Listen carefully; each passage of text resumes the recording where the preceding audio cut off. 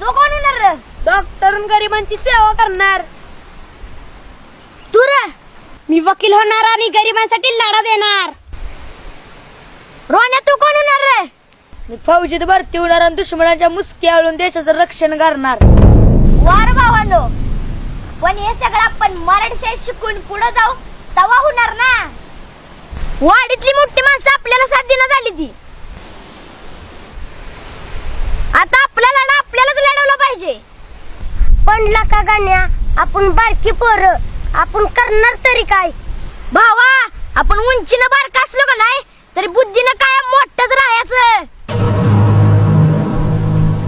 आपली मराठी शाळा म्हणजे नुसती शाळा नाही, तर आपल्या मराठी भाषेचा पाय आहे. आणि आपल्या माय मराठीचा पाय आपण खचून नाही द्यायचा.